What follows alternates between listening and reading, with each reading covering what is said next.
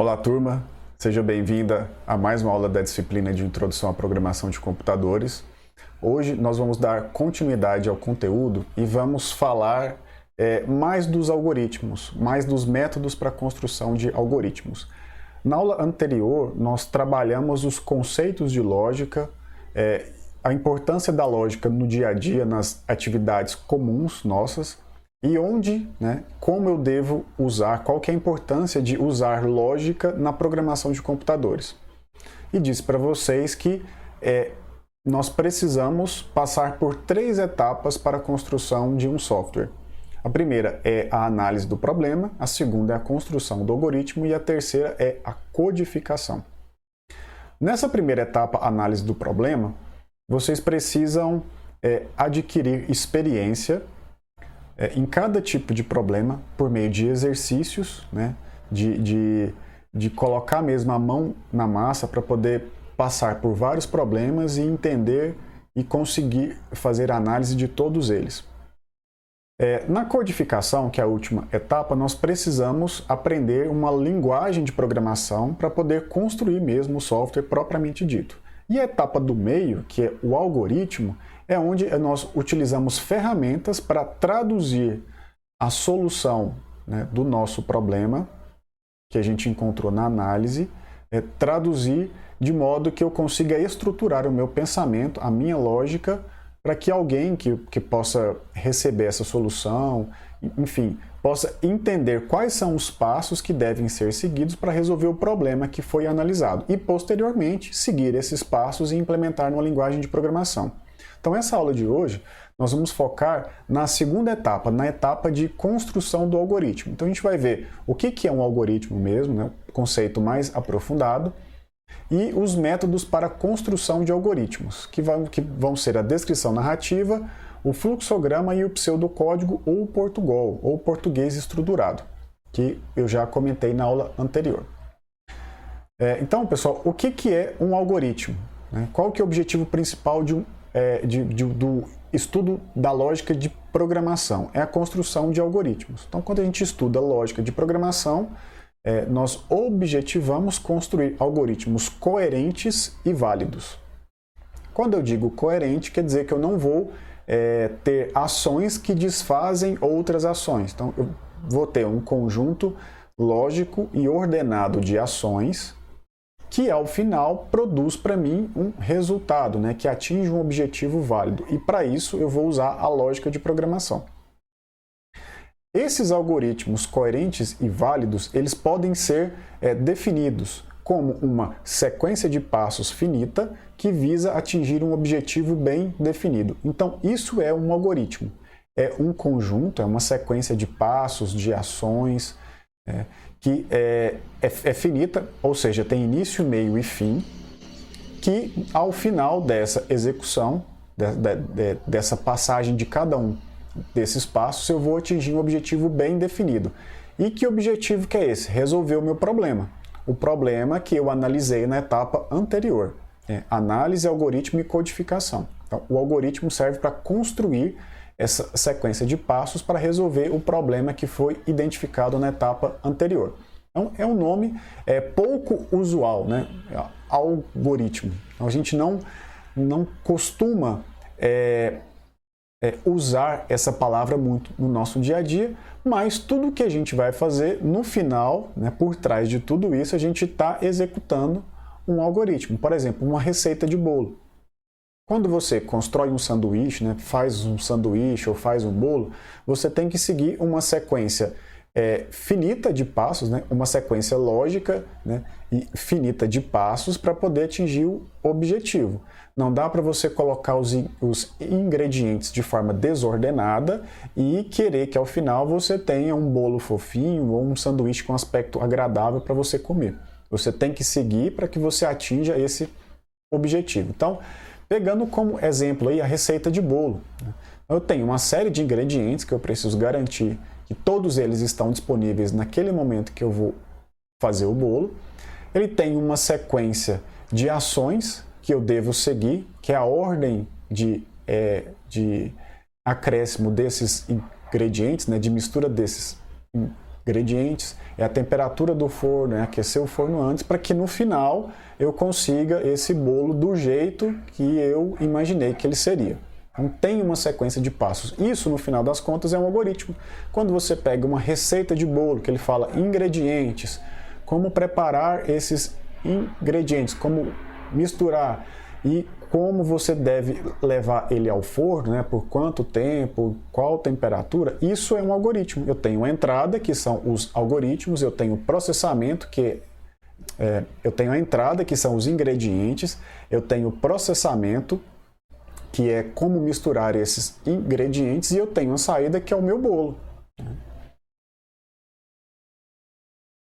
Quando a gente elabora um algoritmo, tá? Agora saindo do exemplo da receita de bolo e voltando mesmo para o algoritmo da lógica de programação, quando a gente elabora o algoritmo, nós precisamos primeiro especificar as ações de forma clara e precisa. Então nós não podemos deixar espaço para dupla interpretação, nós precisamos ser coerentes. Então essas ações especificadas de modo claro e preciso, a partir de um estado inicial, ou seja, a partir de uma entrada dos meus dados, depois de um período de tempo finito, ou seja, de um processamento que tem tempo para acabar, ele não pode ficar processando para o resto da vida, eu consiga produzir um estado final previsível e bem definido, de acordo com o meu objetivo, de acordo com a solução do meu problema. Então vamos lá. Eu preciso especificar ações claras e precisas que a partir de um estado inicial, ou seja, o algoritmo tem um início, tem um ponto de partida, que é a hora que ele executa, após um período de tempo finito, né, um processamento que começa e acaba, eu consiga chegar no estado final previsível e bem definido. Ou seja, eu vou construir um algoritmo, mas sabendo que a resposta dele tem que estar de acordo com o que eu estou esperando. E o que o algoritmo faz? Ele fixa um padrão de comportamento. O que é um padrão de comportamento? É uma sequência de passos que você tem que seguir para atingir o seu objetivo. A receita de bolo é um padrão de comportamento. Você deve seguir aqueles passos para poder conseguir o seu bolo no final da receita. Ou seja, é uma norma de execução a ser trilhada, a ser seguida, com o objetivo de alcançar como resultado final a solução de um problema. Você está com fome, quer comer o bolo, então a solução do problema é reunir os ingredientes, misturar os ingredientes na ordem e levar para assar no forno com a temperatura e o tempo certo. Você vai atingir o seu objetivo e resolver o seu problema, que é comer o bolo no final das contas. E também esse padrão de comportamento garante que sempre que executado sobre as mesmas condições, produza o mesmo resultado. Vou usar novamente o exemplo do bolo. Se você usar os mesmos ingredientes no mesmo ambiente, né, que tem tanto temperatura, umidade, enfim, né, que influencia na receita. Se você usar os mesmos ingredientes no mesmo ambiente, misturar eles na mesma quantidade, na mesma ordem e assar no mesmo forno, com a mesma temperatura, pelo mesmo tempo, você vai ter dois bolos diferentes, mas o gosto é o mesmo, o aspecto é o mesmo, a textura é a mesma. Então é isso que o algoritmo faz. Sempre que eu executo um programa, se ele for executado nas mesmas condições, né, de entrada, né, se eu informar os mesmos dados de entrada para ele, ele tem que dar para mim o mesmo dado de saída, mesmo resultado de saída. Por isso que a gente diz que um algoritmo fixa um padrão de comportamento. Sempre que eu faço aquelas ações iguais na entrada, o processamento sendo o mesmo, eu vou ter as mesmas respostas na saída. E uma das importâncias da construção de algoritmos, né, que é a segunda etapa da construção de um software, é que uma vez que eu construo um algoritmo, que eu analiso a solução e construo a solução, que eu analiso o problema e construo a solução desse problema em qualquer ferramenta de algoritmo, a vantagem é que a partir disso eu posso transformar esse algoritmo em qualquer linguagem de programação. Posso traduzir ela em qualquer linguagem de programação. Posso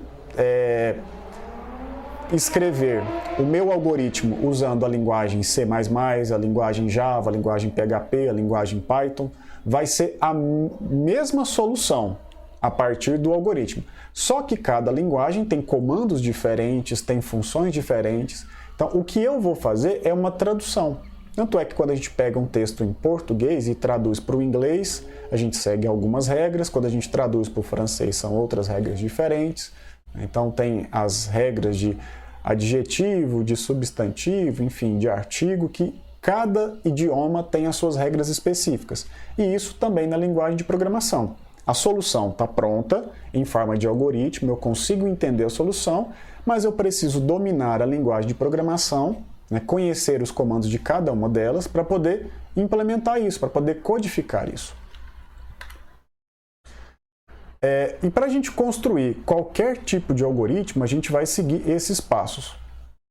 Lembra lá, né, que os passos para construir, né, um programa, um software, é análise, algoritmo e codificação. Então, dentro do algoritmo, né, para construir o algoritmo, o primeiro passo deles é compreender completamente o problema, que é a etapa de análise. Então, a gente precisa compreender completamente o problema que eu quero resolver, destacando quais são os pontos mais importantes desse problema, quais são as restrições e qual que é o meu objetivo, o que eu espero ao final.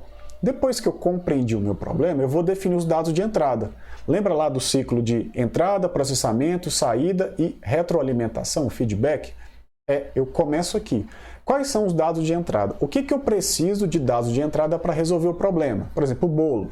Quero resolver o meu problema que eu quero comer o bolo.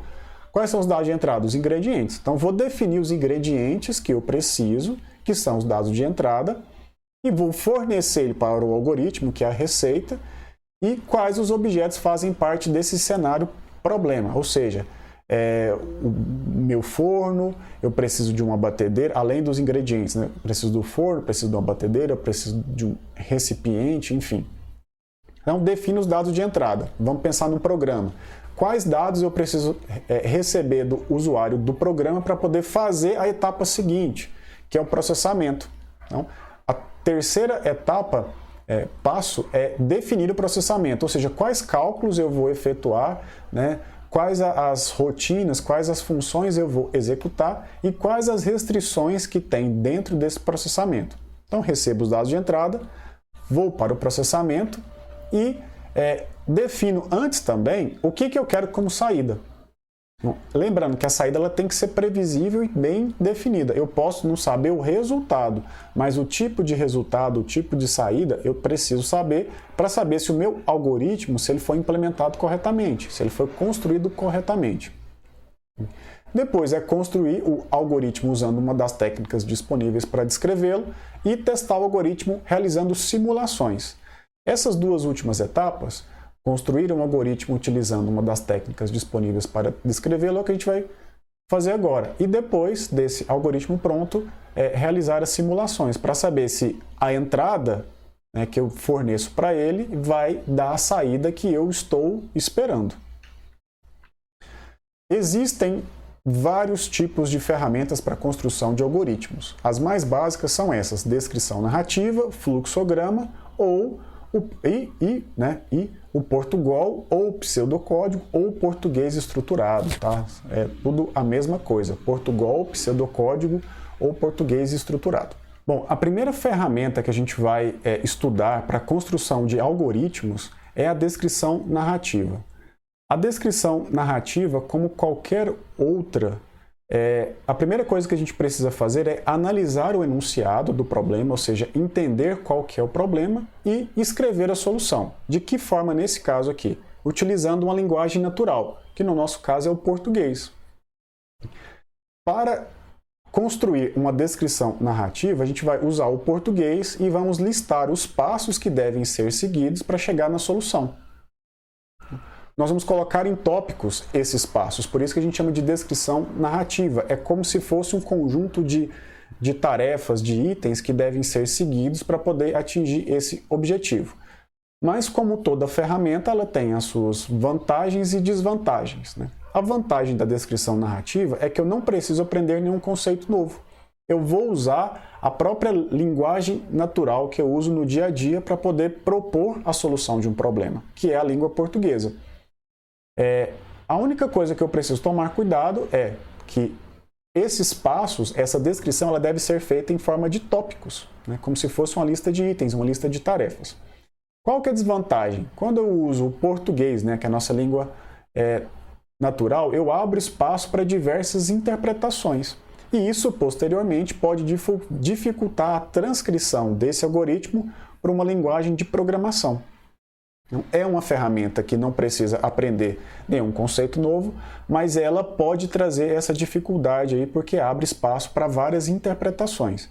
Mesmo que eu coloque em forma de tópicos, pode ser que o verbo que eu use para poder descrever uma ação não seja o verbo mais recomendado, mais que pode ser entendido da melhor forma possível para quem vai implementar esse algoritmo. E até para nós mesmos. Às vezes a gente constrói um algoritmo utilizando a descrição narrativa e depois de alguns dias a gente vai seguir aqueles passos e talvez a gente tenha dúvidas sobre o que realmente deve ser implementado na linguagem C++, por exemplo.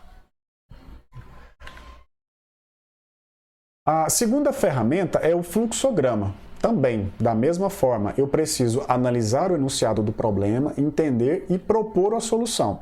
E como que eu proponho a solução? Utilizando um fluxograma. Eu vou utilizar símbolos gráficos pré-definidos, então tem um conjunto de símbolos que cada um tem uma função específica, e vou também descrever os passos que devem ser seguidos. Só que agora eu não vou escrever usando o meu português. Eu vou usar símbolos gráficos e cada símbolo desse tem uma função, e esses próprios símbolos vão dizer para mim qual tipo de ação deve ser executada.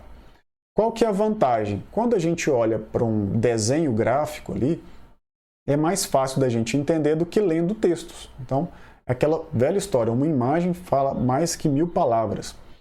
A desvantagem é que eu preciso aprender a simbologia do fluxograma, ou seja, eu preciso olhar a tabela do fluxograma e decorar ali mesmo o que cada símbolo daquele significa.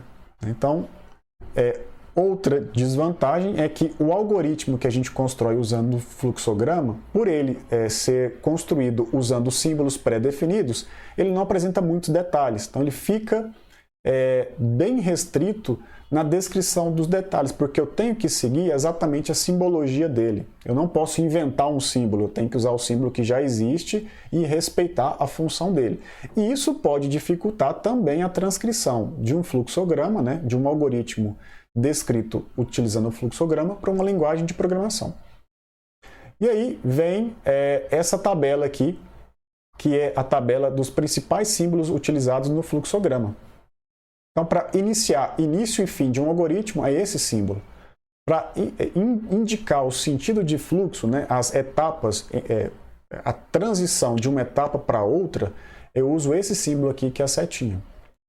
Para indicar processamentos, cálculos, é o retângulo.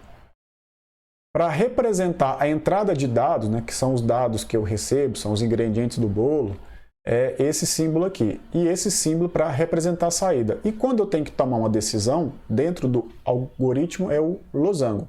Então, esses aqui são os principais, mas existem vários outros.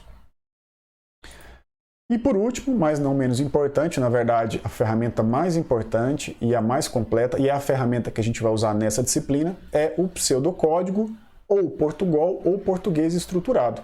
Da mesma forma, pessoal, não muda nada. Eu preciso entender o problema, eu preciso analisar o enunciado, e depois eu vou utilizar regras pré-definidas dessa ferramenta para poder descrever os passos para a gente atingir a solução desejada, atingir o objetivo. Qual que é a vantagem do pseudocódigo ou Portugal? É muito fácil, uma vez que eu tenho o algoritmo construído em Portugal, eu passar desse algoritmo para uma linguagem de programação. É muito fácil, porque das 3 ferramentas que eu apresentei aqui para vocês hoje, a que mais se aproxima de uma linguagem de programação é o pseudocódigo ou Portugal. A única dificuldade que eu vou ter, que é relativo também, é que eu preciso conhecer as palavras reservadas, né, os comandos da linguagem para poder fazer essa tradução. Mas isso não é bem uma dificuldade, isso é natural. Se eu programo na linguagem C++, é muito mais fácil eu transformar um algoritmo escrito em Portugal na linguagem C++ do que utilizando, por exemplo, a descrição narrativa ou o fluxograma. Mas, de qualquer forma, eu preciso dominar a linguagem, eu preciso conhecer a sintaxe dela, né? As palavras reservadas, os comandos, para poder fazer isso. E isso é muito mais fácil utilizando pseudocódigo. E qual que é a desvantagem? Como ela é muito mais próxima da linguagem de programação, ela também é mais rígida. Então, percebam que a descrição narrativa, ela não exige nenhum conhecimento novo, mas ela abre espaço para várias interpretações. Quando eu vou para o fluxograma, ele fecha as interpretações, mas não permite que eu implemente os detalhes. Então, o pseudocódigo, eu preciso aprender essas regras para conseguir explicar da melhor forma possível a solução do algoritmo para a construção da codificação, da linguagem. Então, todas têm vantagens e desvantagens. O pseudocódigo é a que se aproxima mais de uma linguagem de programação, por isso é que a gente vai escolher ela para poder entender o que é a lógica de programação. Agora, vou mostrar para vocês um exemplo, tá, de um algoritmo feito nas 3 ferramentas possíveis aqui que a gente apresentou nessa aula, né, que são as principais. Então, qual que é o exemplo? Faça um algoritmo para multiplicar 2 números e mostrar o resultado. Então, eu tenho entrada, processamento e saída. Qual que é a minha entrada? 2 números. Então, o usuário, né, a pessoa que está lá no computador, vai fornecer 2 números. Qual que é o processamento? Multiplicar. E qual que é a saída? Mostrar o resultado. Então, entrada é 2 números, o processamento é a multiplicação e a saída é o resultado da multiplicação. Se eu for resolver esse problema usando a ferramenta descrição narrativa para a construção do algoritmo, ficaria mais ou menos assim. Primeiro passo, receber 2 números que serão multiplicados. Segundo passo, multiplicar os números. Terceiro passo, mostrar o resultado da multiplicação. É simples assim. Claro que o problema também é simples, mas a descrição narrativa fica bem simplificada também. Observem, pessoal, que nesse caso aqui eu só precisei de 3 passos. E, por coincidência, o primeiro passo é a entrada, o segundo é processamento e o terceiro é saída. Claro que se fosse um problema mais complexo, eu precisaria de mais entradas aqui, mais processamento e talvez mais saídas, se não for uma saída única. Mas observem que nesse caso foi só 3, mas pode ser que tenha mais passos dependendo da complexidade do problema. Mas observem que eu iniciei cada um desses tópicos com um verbo no infinitivo. Porque o verbo no infinitivo, que é a forma básica, né, pura do verbo, ele indica uma ação, né? Receber, multiplicar, mostrar. Então, entrada, processamento e saída. Então, na descrição narrativa, é muito comum que a gente faça dessa forma. E como que seria esse problema resolvido utilizando o algoritmo em forma de fluxograma? Então, aqui eu tenho os meus símbolos padrão de início e fim do algoritmo. E aqui no meio eu tenho a entrada de 2 números que eu chamei de N1 e N2. Então eu tenho o símbolo de entrada. Em seguida, esse N1 é multiplicado pelo N2 e eu armazeno o resultado dessa multiplicação no M. Isso aqui, pessoal, a gente chama de variáveis, é algo que a gente vai ver mais para frente. Mas a variável N1 vai receber o primeiro número e a variável N2 vai receber o segundo número. Então, eu multiplico N1 por N2 e armazeno o resultado dentro da variável M. E eu uso em seguida, né, vou para o próximo passo, eu uso esse símbolo aqui para mostrar na tela o resultado da multiplicação e encerro o algoritmo. Então, isso seria em fluxograma. Agora, para finalizar, como que seria esse exemplo escrito em pseudocódigo ou Portugal? Isso aqui, pessoal, é a solução, muito parecido com a linguagem de programação. Então, eu tenho algoritmo que indica o início de um código em Portugal e fim algoritmo, que ponto que que indica o final desse algoritmo.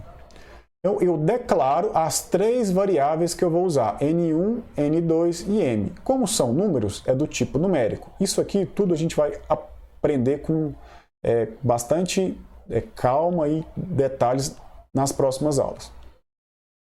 Observem, pessoal, que tem algumas palavras que são sublinhadas e são escritas em letra maiúscula. Isso são os comandos da linguagem. Lembra que eu disse que a desvantagem do Portugal é que você tem que aprender as regras, aprender os comandos do Portugal? Então, esse aqui são os comandos. Algoritmo, declare, numérico, escreva, leia. Então, para usar as variáveis N1, N2 e M, eu declarei elas utilizando o comando declare e disse que elas é do tipo numérico, ou seja, são números. E aí eu mostro a mensagem na tela para o usuário. Na verdade, eu não estou mostrando, mas se fosse um código utilizando a linguagem C++, apareceria a seguinte mensagem para o usuário na tela dele. Digite 2 números para serem multiplicados. Então, eu tenho o comando escreva. O comando escreva é um comando de saída, é um comando que mostra dados. Então, eu emito a seguinte mensagem para o usuário. Digite 2 números para serem multiplicados. Em seguida, eu vou receber esses 2 números. Então, eu vou usar o comando leia, a palavra reservada leia, para receber os 2 números, N1 e N2. Depois eu vou fazer uma atribuição de valor. Eu vou multiplicar o N1 pelo N2 e vou jogar o resultado dentro da variável M. Então, aqui dentro eu tenho o resultado. Essa linha é a minha linha de processamento. Então, eu tenho o resultado, agora falta só mostrar o resultado para o usuário. Então, eu vou usar novamente o comando escreva, que é o comando de saída, e vou mostrar a mensagem. O resultado da multiplicação como é um texto, está entre aspas, ó. Abre aspas aqui, fecha aspas. E logo depois do texto, eu coloco uma vírgula e coloco a variável M. Então, quando isso aqui for mostrado na tela, ele vai mostrar o resultado da multiplicação e vai mostrar o número no lugar do M. E, fim, algoritmo. Isso aqui é muito parecido com qualquer linguagem de programação que vocês vão poder trabalhar aí durante o curso de vocês. Por isso que a gente vai optar por usar o Portugal ao invés da descrição narrativa ou do fluxograma. Mas os primeiros exercícios a gente vai usar aí um pouco de descrição narrativa só para a gente destravar o raciocínio e entender melhor como que a gente coloca os passos em ordem para atingir um determinado objetivo.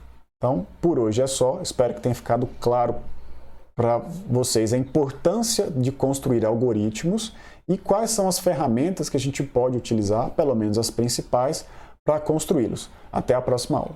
Saiba mais sobre o Instituto Federal Goiano. Acesse ifgoiano.edu.br e nos procure também nas redes sociais. Instituto Federal Goiano. A educação te transforma, você transforma o mundo.